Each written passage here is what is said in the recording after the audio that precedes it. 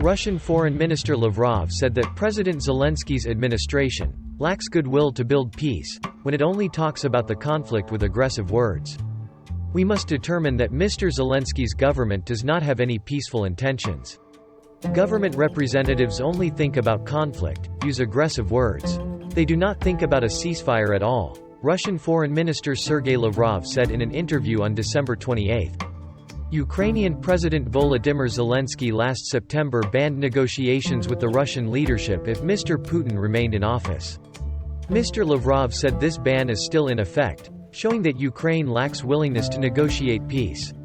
Russian President Vladimir Putin also repeatedly emphasized that Moscow has never refused peace negotiations with Ukraine.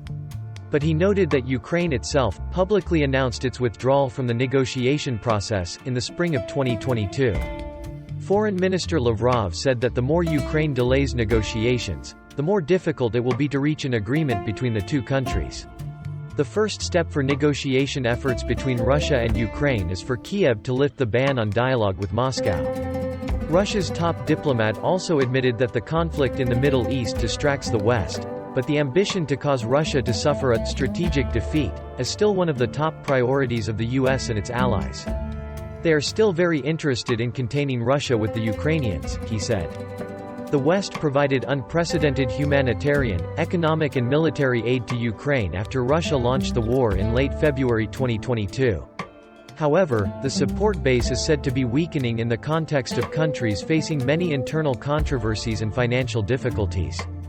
The Kiel Institute in Germany, which monitors aid to Ukraine, released research earlier this month showing that new military, financial and humanitarian aid commitments to Ukraine from August to October this year amounted to just under $2.3 billion, down 87% over the same period in 2022.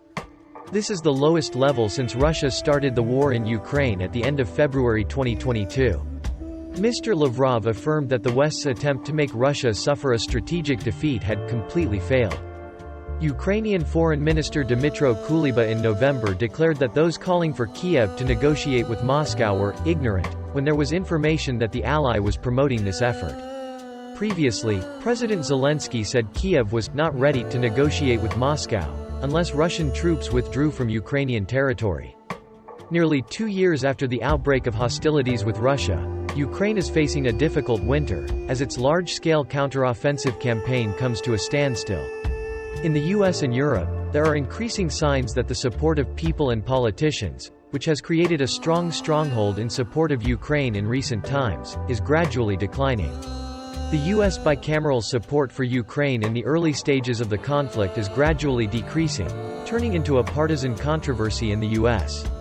A growing number of Republican voices oppose additional aid to Ukraine.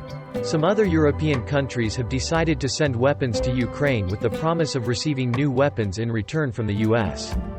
Therefore, analysts say that replacing leadership and aid from the US is a very difficult task. Partners are increasingly tired and worn out. They want to forget this conflict, but it is continuing fiercely.